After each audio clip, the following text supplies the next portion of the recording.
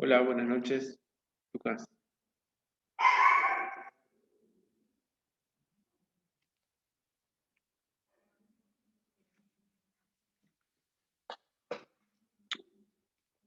Esperamos 2 minutos y ya arrancamos con cámara y con micrófono.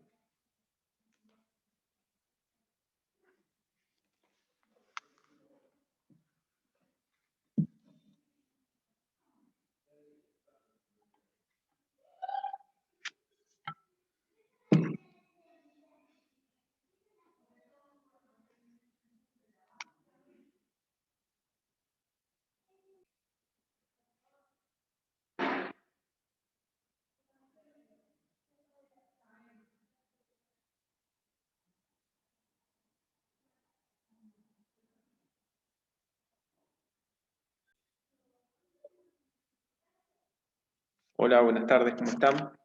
Soy Pablo Cardoso.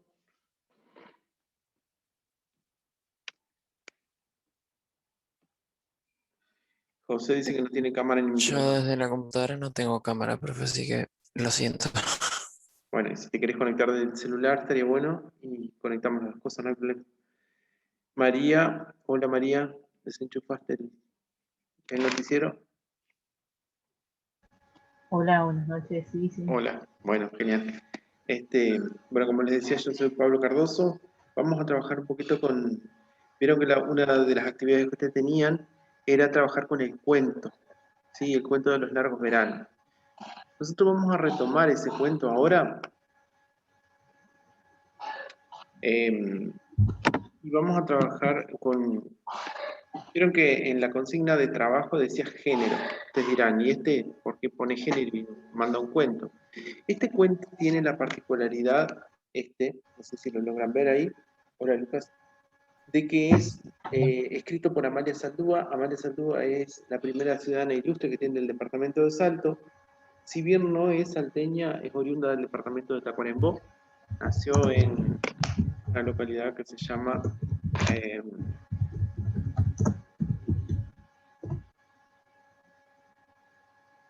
mi primer maestra de primer año pone María Bueno. Mirá qué bien.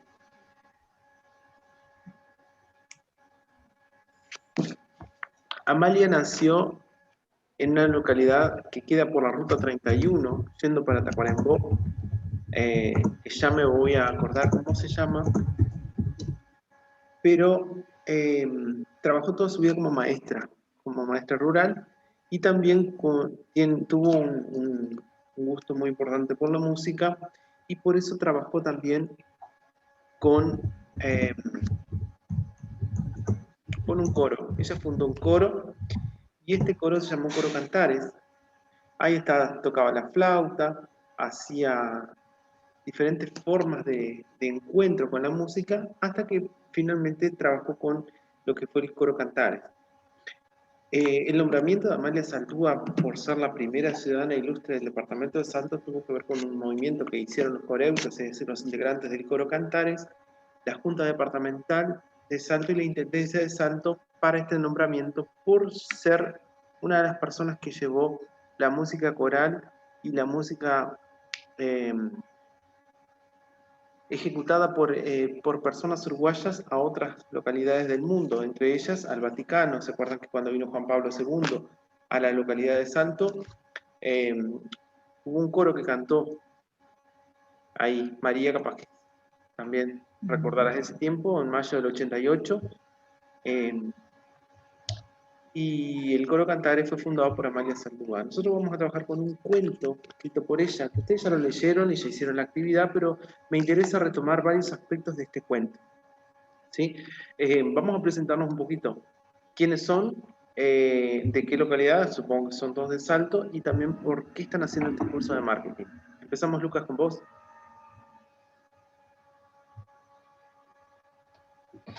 Bueno, mi nombre es Lucas Díaz, tengo 22 y este curso lo empecé porque en realidad yo me quiero dedicar más a la parte de la informática y todo eso, y me parece una buena idea, ya que voy a crear programas y todo eso con programación, y necesitaba como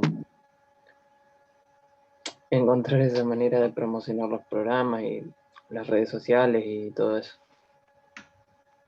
Bien, ¿a quién le pasas la posta, Lucas? Tenés a Ana, a Ah, Vicente, vale. a María. Ana, te nombraron, bienvenida. ¿Qué tal? ¿Cómo estás? Bueno, yo soy de Maldonado, Pan de Azúcar, una localidad bastante chica. Y en realidad empecé el curso porque tengo un emprendimiento y bueno, nada, y veía que las ventas que tenía eran gracias a Instagram o a las redes y quería enfocarme un poquito más en eso. Muy bien. Así que estás en Pan de Azúcar ahora.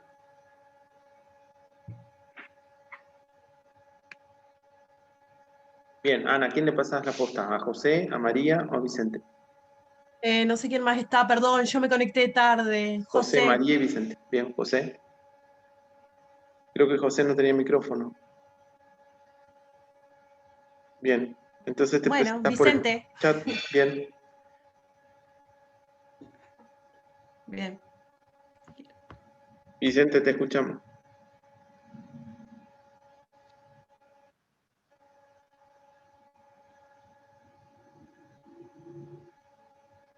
Hola, escribe Vicente. ¿De dónde sos y por qué estás haciendo el curso?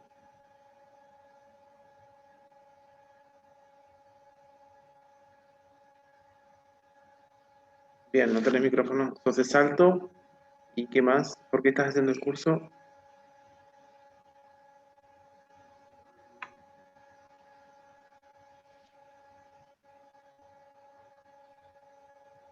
Sí, el curso es ofrecido por INEFOP, pero ¿por qué lo estás haciendo?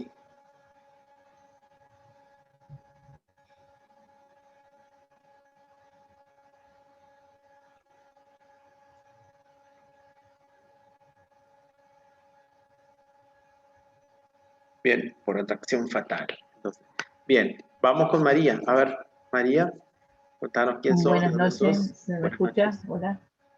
Sí, te Sí, escuchamos. mi nombre es María, soy de acá de Salto. Y bueno, me anoté al curso cuando me mandaron al seguro por la pandemia. Este, busqué a ver qué podía hacer en esos meses y bueno, me anoté. El tema que el curso arrancó y yo ya había entrado a trabajar, entonces no me dan mucho los tiempos.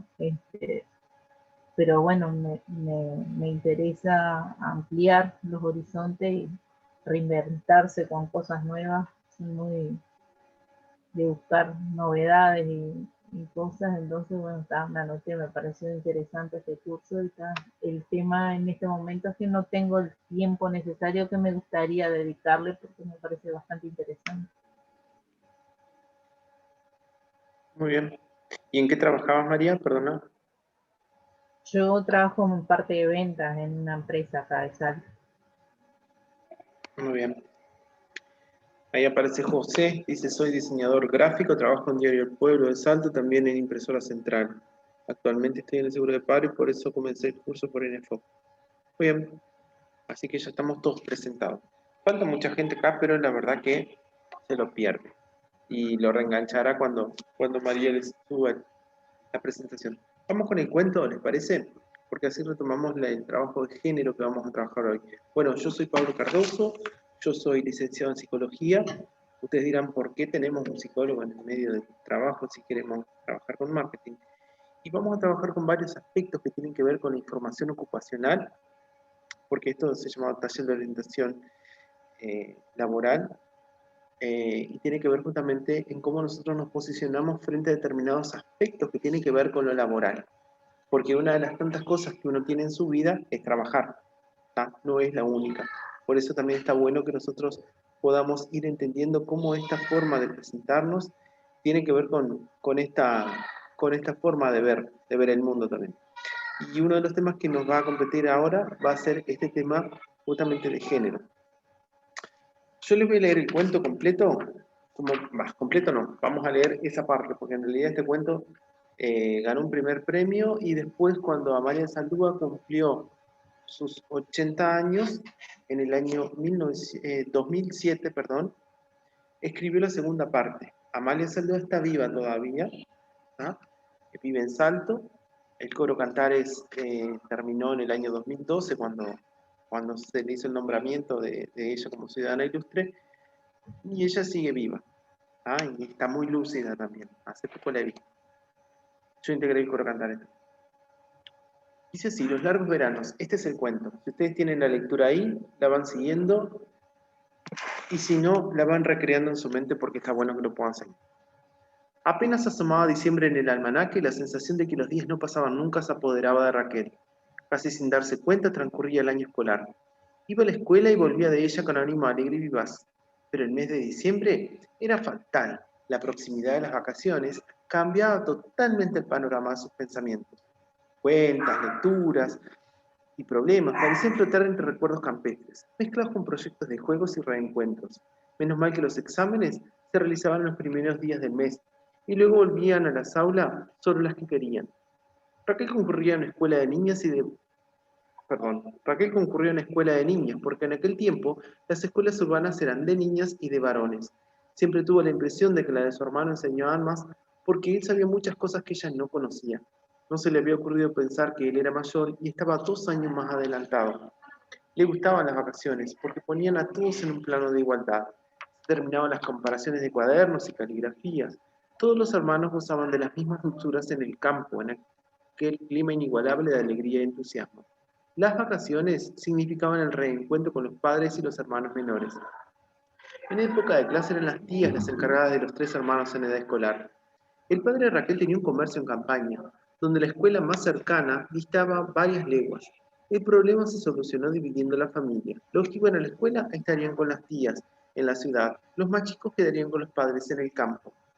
El primer viaje a Salto en el flamante Ford A fue una pequeña aventura para Raquel.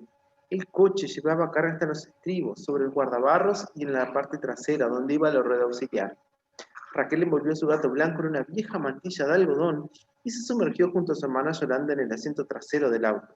En el pescante, como se le llamaba el asiento delantero, iba el padre Luis, el hermano mayor, quien debía abrir las porteras, porque entonces no había carreteras. Moverse no resultaba fácil a la niña.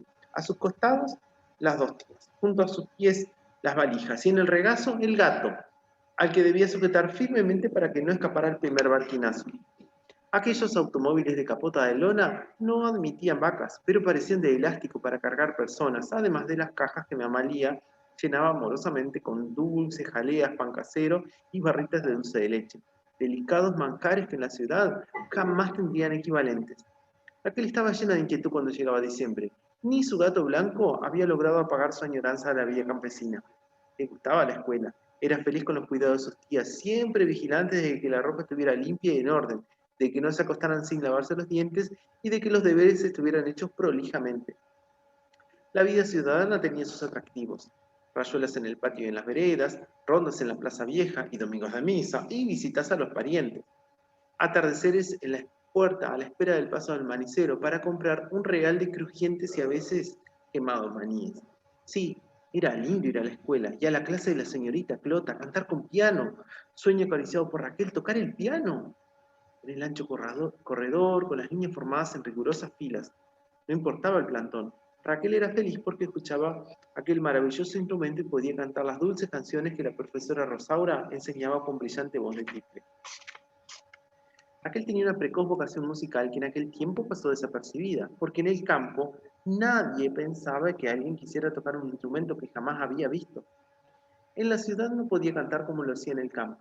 Sus tías le recordaban que podía molestar a los vecinos, y la niña ahogaba en su garganta las canciones y los sonidos que le gustaba emitir sin ton ni son, cada vez más agudos.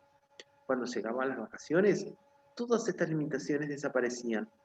Raquel cantaba todo el día con fina voz de alondra. Repetía canciones aprendidas en la escuela o escuchadas en la radio, verdadera novedad en aquel entonces.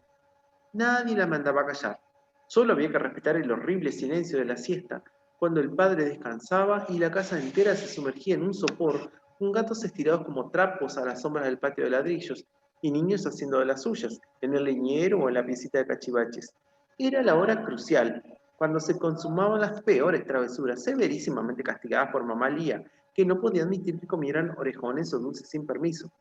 Raquel, por ser la mayor de las niñas, era quien tenía las mejores ideas para llegar al escondido frasco de bizcochos o de la fruta brillantada. A pesar de haber almorzado un gran churrasco más la odiada, pero infaltable sopa de zapallo, el apetito de la pequeña pandilla se despertaba a esa hora de la siesta, cuando el horizonte se hacía movible y encandilante, y ni los animales salían de su quietud por el calor extremo.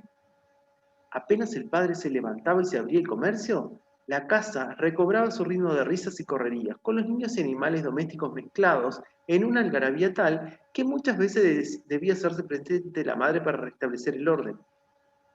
Entonces las mayores debían bordar o hacer vainillas, mientras las más chicas, cada una con su animalito de turno en brazo, marchaba tras Ernestina, la negrita criada de la casa que las sabía entretener.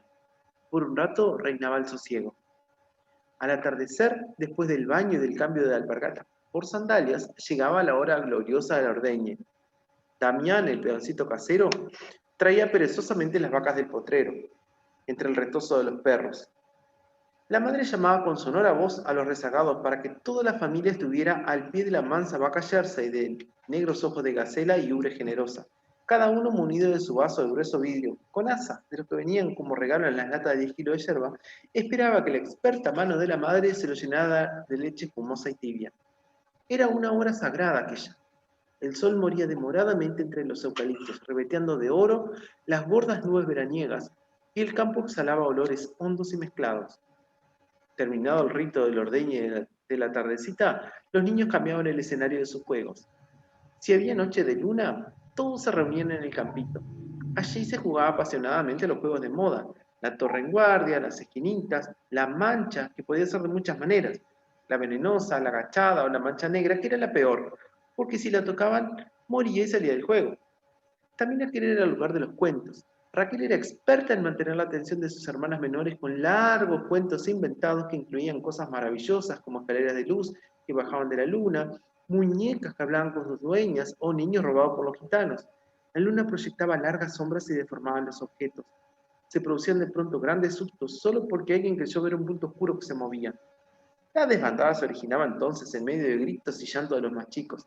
Mamá Lía y el padre dejaban sus poltronas de mimbre del frente para salir agitados en busca de los niños. Terminaba abruptamente todo y ya era hora de la cena. Los veranos eran largos entonces. Había tiempo para todo. Los juegos eran variadísimos y se adaptaban maravillosamente a los cambios del tiempo. Cuando llovía, todo se transformaba. Ya no se podía correr bajo los árboles ni recorrer el potrerito más cercano en el manso caballo aguatero, único animal de confianza que podían montar las niñas. Raquel percibía nuevas sensaciones, el sonido de las gotas en el techo de zinc, el penetrante olor a tierra mojada y el brillo de las telas de araña con su encaje de lentejuela de agua entre las plantas. A veces, recién a la mañana descubría que no se podía salir al patio, y tan solo a través de los vidrios se miraban los charcos que se formaban entre los ladrillos. Raquel observaba con la nariz pegada a las ventanas el nuevo lustre de los árboles. Le causaba gracia mirar el gallinero y ver a las gallinas amontonadas, con las plumas mojadas y aquel aspecto desgraciado. Mientras llovía, nadie podía transitar más que por ciertas zonas de la casa. Si alguno tenía tos, se quedaba todo el día en el cuarto grande. Allí ocurrían muchas cosas. El viejo sillón de mimbre se transformaba en automóvil. En él viajaban con sus hijos y gran cantidad de valijas y paquetes. En el viaje se consumían galletas duras y, como excepción, galletitas. Las camas eran casas a las que se iba de visita con familias enteras de muñecas de papel recortadas de viejos catálogos de London París. Ernestina era el nexo entre el cuarto de juegos y la cocina. Cuando por la tarde se expandía por la casa el exquisito olor a torta frita, ella aparecía con una fuente repleta de aquellas masas espolvoreadas con azúcar que desaparecían rápidamente. Cuando la lluvia terminaba temprano y el campo entero parecía elevarse en aromas y cantos de pájaros, Raquel entusiasmaba a sus hermanos para ir a los pocitos y zanjas. La madre hacía miles de recomendaciones y al fin los dejaba ir con la condición de que al primer llamado todos regresaron enseguida. Se producía un estallido de júbilo, todos se sacaban el calzado y en medio de cantos inventados corrían a la zanja más próxima, la que solo tenía agua cuando llovía. Se juntaban piedras de distintos colores y formas y se adornaba la casa con flores del campo, a pesar de que Doralina, la cocinera, decía: «No sirve traer flores silvestres para adentro». Aquellas dos palabras, «no sirve», siempre impresionaban a Raquel. Muchas veces escuchaba a Doralina decir: «No sirve barrer de noche», No sirve jugar con fuego. Hubiera querido saber por qué aquellas palabras estaban tan arraigadas en el lenguaje de la cocinera, pero nunca se lo explicaron. Si el día era caluroso y el sol reverberaba las cosas, se jugaba a la sombra perfumada de los eucaliptos o bajo los paraísos del patio trasero. Siempre a la vista de la madre, a quien no le gustaban los juegos en lugares poco visibles. Pero a pesar de eso, Raquel tenía un rincón preferido. Entre el comercio y la casa había un espacio, un pasillo de separación que no se utilizaba para nada. Aquel sitio era suyo. No tenía más que paredes por 3 lados, el piso de tierra y una piedra grande y parda que ella utilizaba como asiento. Allí estaba a solas cuando sus hermanos jugaban a cosas que no le interesaban. Allí cantaba y sentía su voz distinta. Bajo la piedra escondió algunos de sus tesoros. El anillito dorado que ya no le servía ni en el dedo meñique, la medallita que perdió el enganche y aquel librillo de papel de fumar que tanto le gustaba porque tenía hojas sedosas y crujientes. Allí también peinaba su muñeca de cara de cartón pintado y pelo de lana, y hablaba con personajes inventados. Aquel rincón olvidado de la casa se poblaba de personajes imaginarios, hadas, duendes, reyes y princesas, como los de los cuentos leídos en el Tesoro de la Juventud.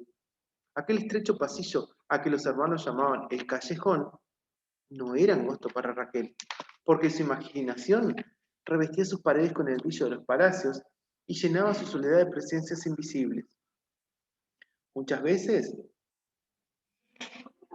las voces de sus hermanos llamándola sorprendía su sueño, y algún anuncio lograba sacarla de su mundo. ¡Chocolatero, chocolatero! Ante semejante noticia, toda la casa se llenaba de expectativa. Los niños corrían al frente para ver acercarse el carro grande del chocolatero. Hombre y vehículo tenían algo similar. Ambos eran macizos. El hombre vestía de negro y llevaba siempre sombrero de fieltro. En su rostro llamaban la atención los ojos de mirar penetrante y las cejas espesas y unidas sobre la nariz. No sonreía nunca. El carro era tirado como por 6 caballos. Era un carro de ciudad. Estaba bien pintado y tenía el techo de brillante lona verde oscuro, con letreros a los costados, chocolate águila. El aspecto del hombre y del vehículo no justificaban, por cierto, la algarabía de los niños, pero los resultados de aquella visita eran por demás dulces. Apenas el carro llegaba al almacén y se desenganchaban los caballos, el chocolatero descargaba la preciosa mercancía en el comercio.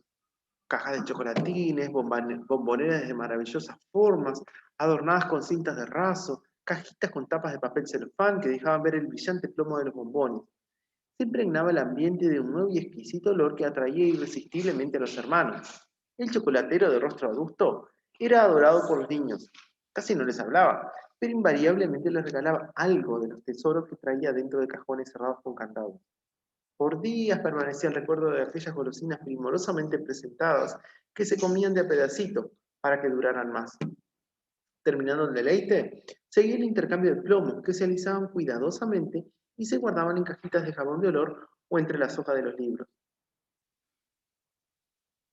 Más adelante, cuando por el camino empezaron a pasar más automóviles y las mercaderías se traían en camiones, el carro del chocolatero no vino más. Y solo quedó el recuerdo de aquel hombre cejudo y serio que regalaba cajitas con bombones. Las tardes largas del verano, si no eran excesivamente calurosas, traían las sorpresas de interminables visitas. Muchas veces, no habiendo terminado todavía el sopor de la siesta, alguien avisaba: ¡allá vienen! Todo el mundo se ponía en movimiento. Sobre una loma ondeada, una sábana blanca a modo de sombrilla, y debajo de ella, como un escuadrón, venían las de cuestas. 6 mujeres con aspecto de ombú, anchas y fuertes, se acercaban a la casa. Un trecho antes, junto al alambrado, el grupo se detenía, la sábana dejaba de ondear y se producía el cambio de calzado. Se dejaban las alpargatas y se calzaban los zapatos, alisados los cabellos y las faldas y enfundados los pies en los zapatos de taco carretel, llegaban las visitas. Pasaban al comedor y se acomodaban modosamente en las sillas de esterilla. Comenzaba penosamente el intento de conversación. Mamá Lee era experta en hacer preguntas que apenas lograban respuestas monosilábicas, seguidas de graves y cortas risas. Algunos temas tenían más desarrollo, pero nunca pasaban de 2 o 3 frases cortas empezadas por unas y terminadas por otras. Después de un rato, mamá Lee sacaba del aparador las copitas y el oporto, ponía en una bandeja galletitas María y matizaba con aquel convite los silencios de la visita. Las niñas mayores de la casa estaban obligadas a hacer sala. Raquel esperaba hasta el aeropuerto y luego buscaba cualquier pretexto para irse. Cuando oía el desigual repiqueteo de los tacos en el patio, volvía a unirse a las visitas, porque éstas iban al comercio. Con qué placer veía las compras de tela, jabones y novedades. Así se llamaba todo lo que se exhibía en una vitrina. Raquel contemplaba con envidia cómo se llevaban los prendedores de carey, los collares de coloridas cuentas y las peinetas con piedras brillantes. Antes de que el sol estuviera sobre los eucaliptos del oeste, las visitas se iban. Se las acompañaba hasta el alambrado y con «¡Saludos, doña Eufrasia!» se las despedía con cierta sensación de alivio. Enseguida del atardecer, si la noche era sin luna, la reunión se hacía frente al almacén. El campito quedaba silencioso y se poblaba de millones de luciérnagas que dibujaban hilos de luz, entrelazados misteriosamente en un fuego interminable. Raquel y sus hermanos participaban entonces de la rueda de los grandes. La madre y el padre conversaban sobre los acontecimientos del día y a veces Manolo y Pepe, los primos vecinos, se unían al grupo. Se armaban de pronto grandes discusiones sobre las crisis y las noticias escuchadas en la única radio del pago, la del comercio. Crujía en la silla de mimbre con los enérgicos ademanes de Manolo y se escuchaba la sorda risa de Pepe, que echaba leña al fuego, como decía la madre. Aquellas simpáticas discusiones animaban la vida del padre, quien trabajaba incansablemente todo el día, pero siempre hallaba tiempo para leer y escuchar las noticias. Su colección de libros y revistas era famosa en el lugar. Le encantaba opinar de todo un poco. Siempre tenía personas invitadas a cenar y se alargaban las sobremesas con interesantes conversaciones que Raquel no terminaba nunca de escuchar, pues se quedaba dormida, con la cabeza apoyada en los brazos sobre la mesa. Despertaba, pero se hacía la dormida, cuando el padre la depositaba cuidadosamente en la cama y ella sentía entonces una ternura que le entibió para siempre la vida. Este es el fin de la primera parte del cuento. Vamos a ver un poquito con respecto a no solamente los planteos que aparecían ahí, en las consignas de trabajo. Vieron que si nosotros nos perdíamos en la lectura de este cuento, de cualquier forma podíamos engancharnos en cualquier momento porque era tan minuciosamente descriptivo que podíamos encontrar momentos de nuestra vida o momentos de personas que pasaron por nuestra vida y nos lo habían contado casi que tal cual a lo que fue viviendo el personaje que era Raquel. Vamos a ver un poquito con respecto a esto. Quisiera que me contaran si alguno de ustedes pudo experimentar alguna situación similar a la que pasaba en el cuento.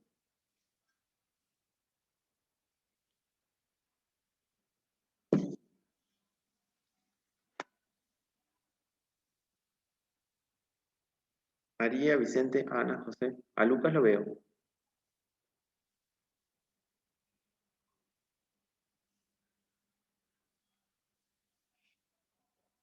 Contanos, María. Pusiste sí. Te va a resultar más fácil hablar que escribir. Ahí está, activé el micrófono por las dudas. Bien. Sí, en el verano, o sea, en la parte de que uno esperaba las vacaciones, digamos, ahí, el calor, esa parte así de los juegos en verano, así a la sombra, eso me hizo acordar una parte de la niñez, sí. Aparte da muchas descripciones, muchas pequeñas cosas que a lo largo de la vida, cuando uno es chico, capaz no presta mucha atención, pero recuerdo vagamente que me contaban mis tíos o mi madre las cosas del campo y es más o menos lo mismo. Bien. Acá Ana pone, me gustaba jugar a solas en un pasillo de la casa de mi bisabuela. Ahí había mucha magia.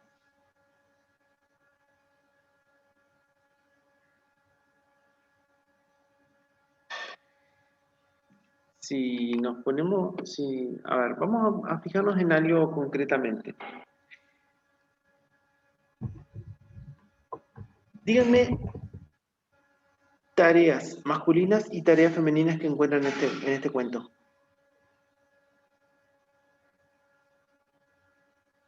¿Alguna?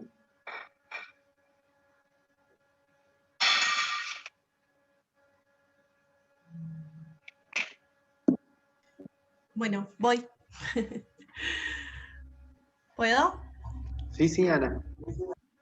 Bueno, en realidad es como que se notaba que el hombre de la casa, que era el que tenía el comercio,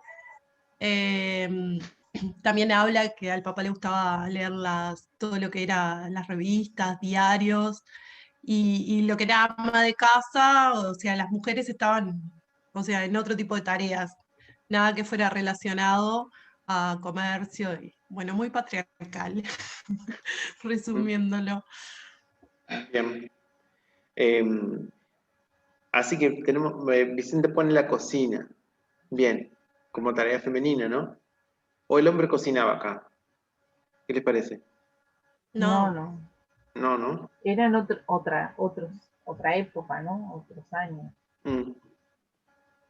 Si tuviéramos Donde que el hombre era definir, el que aportaba a la casa y la mujer era la que se dedicaba a la crianza de los hijos y a la cocina, las tareas del hogar. ahí está. Bien, si tuviéramos que definir el concepto de trabajo a partir de este cuento, ¿cómo lo definiríamos?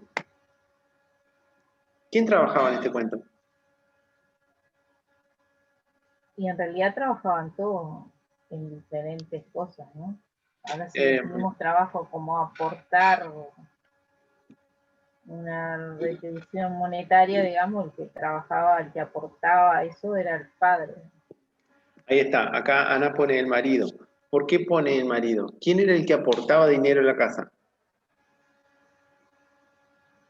El padre de El padre, el hombre, la figura masculina es la que el aporta el hombre. dinero. Fíjense que eso que pone ahí Vicente, la cocina, eh, criar a los hijos, ¿tá? Mantener la casa limpia, todo eso no aportaba, ¿no? No aporta dinero, Sí. sino que acá está tomado como una tarea. Lo que hace el hombre generalmente en este cuento sí aparece como un trabajo. ¿Ah? Entonces, si lo pensamos al trabajo como algo, como una actividad que se hace ¿dónde? ¿En la casa o fuera de la casa?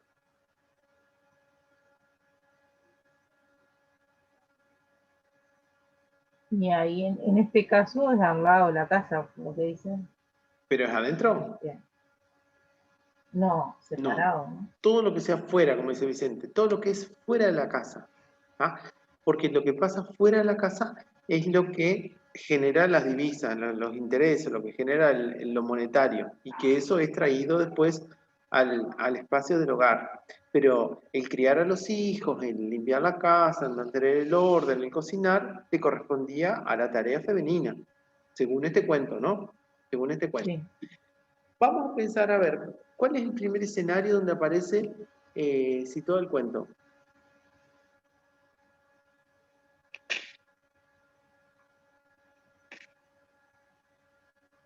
Dice, apenas asomaba diciembre en el almanaque, la sensación de que los días no pasaban nunca se apoderaba de Raquel. ¿Dónde está el primer escenario? ¿Dónde están? ¿Dónde está Raquel? En la escuela. En la casa de la tía en la ciudad, dice Ana. Está en la escuela. El primer escenario que aparece es la escuela. ¿Ah? Vamos a ver si hay alguna figura femenina que haga tareas o que haga trabajo ahí en la escuela.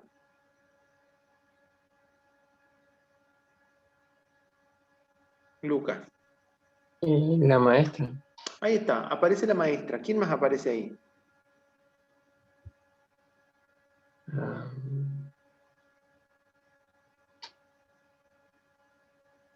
A Raquel le gustaba directora, creo que cantar. era. A Raquel le gustaba cantar. ¿Quién más estaba? Ah, la maestra de canto. Ahí está, la O de profesora de música. música o de canto, no sé cómo es que decía ahí, ¿no? Bien, entonces fíjense que aparecen dos figuras femeninas también que trabajan afuera de la casa, pero ¿por qué no nos aparece como si fuera un trabajo en este caso? Porque está relacionada con lo de crianza también. ¿Por Ahí qué? está, exactamente, porque hace como la misma tarea que hace la madre. Es encargarse de los niños, encargarse de la educación y trabajar con los grises chicos.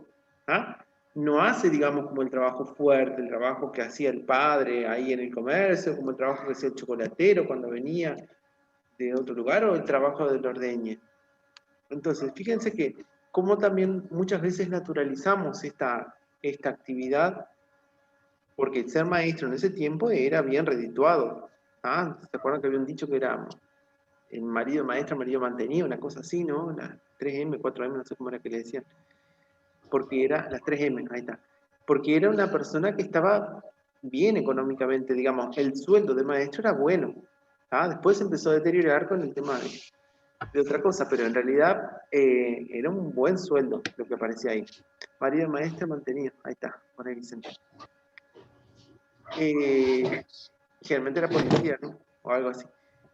También acá aparecía como eso naturalizado que vamos dejando, de que lo que hace la maestra y lo que hace la madre es como lo mismo, porque el trabajo de la tía también es similar, ¿sí? Porque vieron que dice, tiene que ir a la casa de las tías. No dice que, bueno, que los niños en edad escolar vayan a la casa del abuelo o vayan, no, a la casa de las tías, dice, figura femenina. Sin embargo, vamos a ver el tema del ordeñe que pusieron por ahí, ¿no? Acá también creo que Vicente había puesto la cocina como femenino, el ordeñe como masculino. Y acá algo todo pusieron. ¿Por qué el ordeñe no es una tarea exclusivamente de Damián, el peón?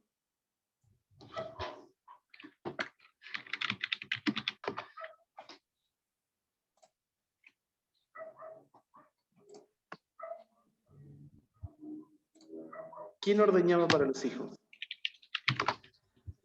La hermana, o sea, la mayor.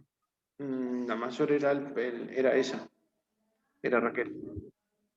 Ah, La madre, como decía Ana.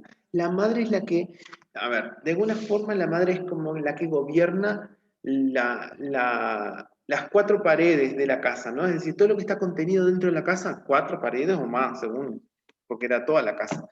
Todo lo que estuviera contenido dentro de la casa era potestad de la madre.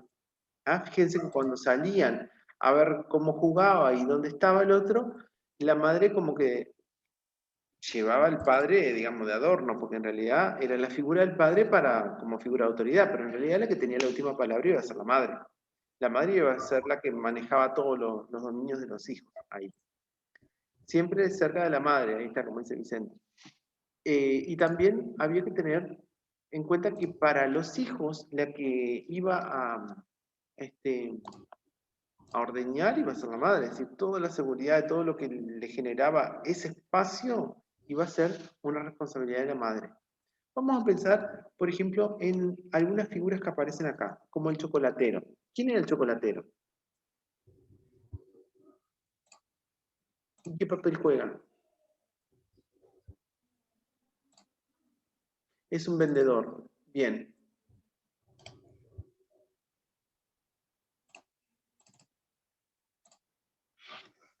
Es un vendedor que traía, supongo que sí, que poner alegría. Podés hablar, Ana, si querés, aunque no enciendas la cámara. Es un vendedor que trae alegría. Fíjense que cuando el chocolatero deja de venir, ¿qué se genera acá? Cuando se corta esto volvemos por el mismo ID. ¿Qué pasa cuando el chocolatero no viene más? como que no hay más felicidad. ¿Y era por interés que los niños lo recibían? Sí, les dejaba regalo. Ahí está, le dejaba regalo, pero porque los gurises le insistían tanto que le dejaba regalo. No, porque él quería nomás. ¿Por qué quería dárselo? Capaz que era su ganancia lo que les dejaba. Pero no hay una... Ahí está, era la novedad, era lo que traía, pero no era tampoco una obligación que él tuviera ni siquiera eran familiares. Él regalaba, aunque no tuviera nada a cambio, porque era una figura que después pasa a ser una figura de nostalgia. Cuando ya no deja, cuando